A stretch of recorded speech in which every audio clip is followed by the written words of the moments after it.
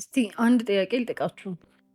ከገንዘብ አንፃር እኛ ራሳችንን ነን ብለን የምናስበው ማንነት የቱ ጋር ነው ያለው? ማለት አሁን ለምሳሌ ሀብታም አለ አይደለ? ከሀብታም አንፃር እኛ የቱ ጋር ነን ያለነው?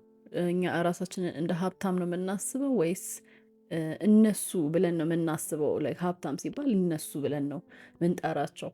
ስለዚህ እንደዛ ደግሞ ከሆነ ራሳችንን ድሃ ከሚለው ካተጎሪ ውስጥ እንገባለን ማለት ነው። እና እንዴት ነው ራሳችንን እስቲ ልብ ብለን ቼክ እናድርግ። ሀብታም ምናምን ሲባል እነሱ ነው የምንለው ወይስ እኛ እዛ ውስጥ ራሳችንን እናካትታለን በአእምሯችን ማለት ነው? እንዴት ነው ራሳችሁን የምታዩት እናንተ? ለምን መሰላችሁ ይሄንን ጥያቄ እንድንጠይቅ የፈለግኩት? መቼስ ማንም ሰው ድሃ መሆን የሚፈልግ ያለ አይመስለኝም አይደለ? ሁሉም ሰው ሀብታም መሆን ይፈልጋል አይደል? ስለዚህ እኛ ነን ብለን የምናስበው ማንነትና ሀብታም የሚባለው ማንነት በመሃሉ ጋፕ አለ ማለት ነው። የሆነ ክፍተት አለ ማለት ነው። እና በመሃሉ የሆነ ክፍተት ካለ ህይወታችን ላይ አናየውም ማለት ነው። እና ይሄንን ነገር ቼክ እንድታደርጉ ነው።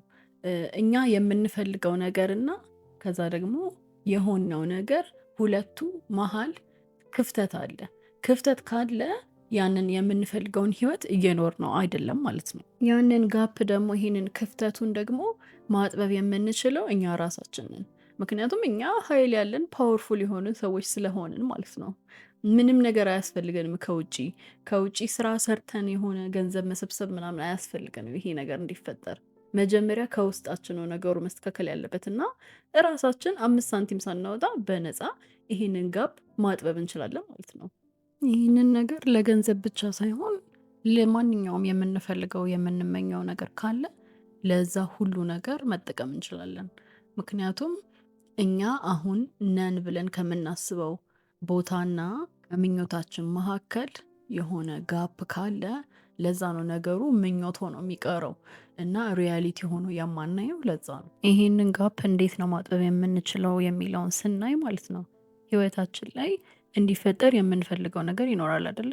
እና የዛ ነገር መፈጠርና አለመፈጠር የሚወሰነው ያንን ነገር የቱ ጋር ሆነን ነው እየተመለከትነው ያለነው እያሰብነው ያለነው ከየትኛው አቅጣጫ ነው የሚለው ነገር ነው ዋናው በቃ ማተር የሚያደርገው ማለት ነው። ለምሳሌ አሁን ምኞታችን እንበልና በቃ ይሄ ሰክሰስፉል የሆነ የካፌ ባለቤት መሆን ሊሆን ይችላል አይደለ? አሁን ምኞታችን እና ይህንን ሁኔታ እውን እንዲሆን በውስጣችን ስለ ካፌ ባለቤትነት ሳይሆን ማሰብ ያለብን ከካፌ ባለቤትነት ነው። እና ልዩነቱ ይሄ ነው በቃ ከና ስለ ማለት ነው። ስለ የሆነ ነገር ማሰብ ማለት እዚህ ጋር አሁን የለም ማለት ነው። ከኛ ውጪ የሆነ ሩቅ ቦታ ነገር ነው ያለው ማለት ነው። ግን ከዛ ቦታ ሆነን ስናስበው ግን ኦሬዲ ጋፑ ጠበበ ማለት ነው አይደለ? እኛ ያንን ነገር ሆነነዋል ማለት ነው። እስቲ ይህንን ሁኔታ ልብ ብላችሁ ተመልከቱት። እኔ ስለ ካፌ ባለቤትነት አሰብኩ ማለት አሁን ካለሁበት ቦታና ሰክሰስፉል የሆነ ካፌ ባለቤት ከሆነችዋ ማንነት መካከል የሆነ ሰፊ ጋፕ አለ ማለት ነው። ክፍተት አለ ማለት ነው። አሁን እኔ ካፌ ቢኖረኝ እኮ ማለት ነው የካፌ ባለቤት ብሆን ስለ ካፌ ባለቤትነት አይደለም ማስበው አይደለ?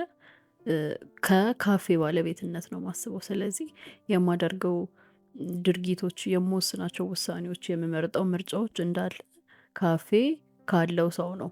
ስለዚህ የኛ አላማ ይሄንን ነገር ቀድሞ በመፍጠር ይህንን ማንነት ቀድሞ በመፍጠር ጋፑን ማጥበብ ነው።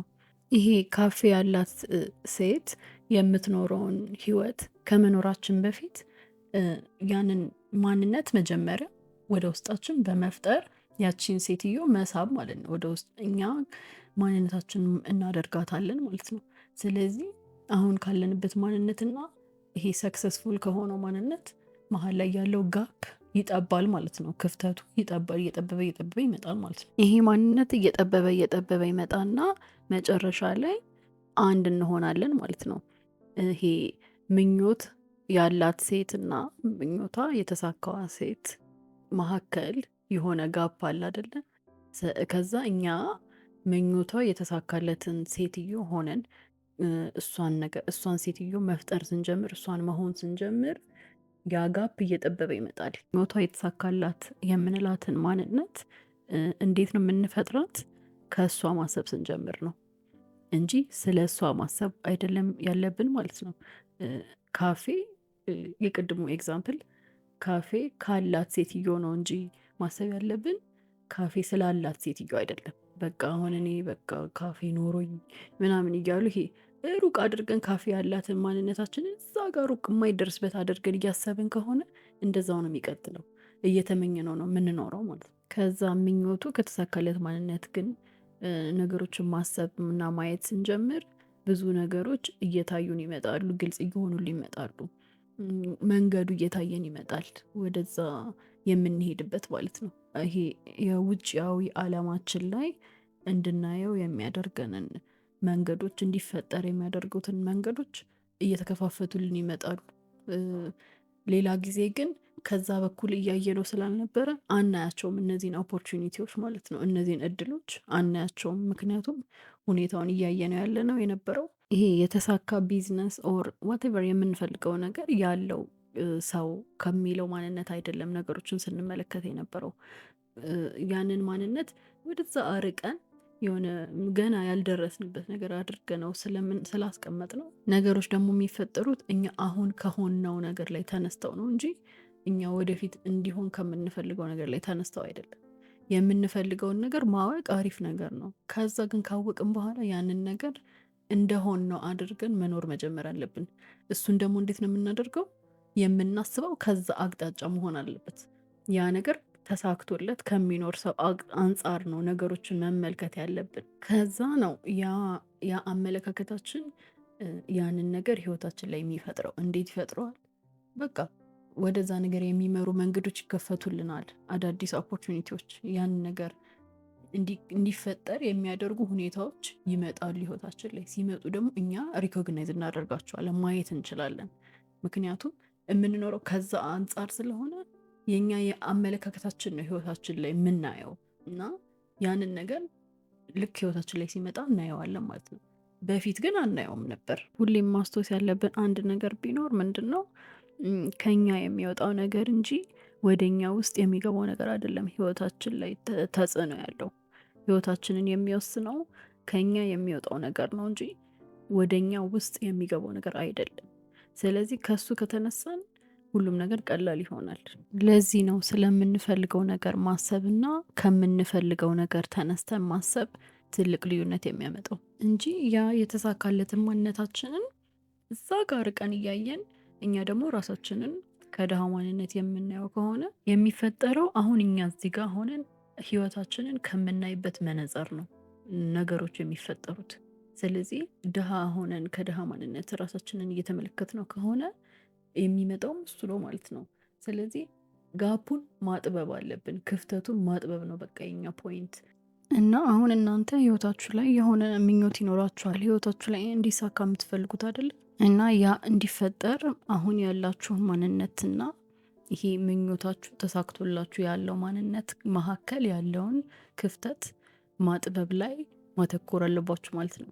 እንዴት ነው የምታደርጉትን? ያው በቃ እስካሁን እንደተነጋገርነው ያ ምኞቱ የተሳካለት ወይም ምኞቷ የተሳካላት ሴት ምን አይነት ሰው ናት የሚለውን ከሷ ሳይድ ሆነን ነገሮችን ህይወታችንን በየቀኑ ስንኖር የምንወስነውን ውሳኔ የምናደርገውን ነገሮች ከእሷ መነጽር በማየት የምንኖረውን ህይወት ከዛ ያ ምኞቷ ከተሳካላት ሴት ወይ ምኞቱ ከተሳካለት ሰው ከዛ አንጻር ማየት ነው። በቃ ውሳኔዎቻችን ስንወስን ከእሷ ነው እንጂ ከዚህኛው አይደለም። አሁን ነን ብለን ከምናስበው አይደለም ማለት ነው።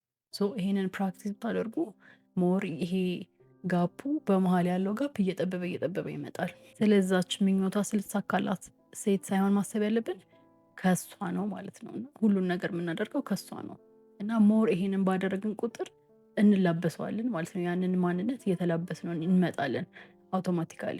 ከዛ በቃ ያንን ህይወት ወደ መኖር አንድ ስቴፕ እየቀረብን እንመጣለን ማለት ነው። እና ሞክሩት። በተረፈ እስከ ዛሬ ጠፍቼ ነበረ እና ስለፈለጋችሁኝ እና ምን ሆነሽ ነው አትጥፊ አታቋርጪ ምናምን ላላችሁኝ ሰዎች በጣም አመሰግናለሁ። ሁላችሁንም ቴንኪዩ በጣም እና ከዚህ በኋላ አልጠፋም፣ ያው አለው ማለት ነው። እና ስላዳመጣችሁኝ አመሰግናለሁ። ቴንኪዩ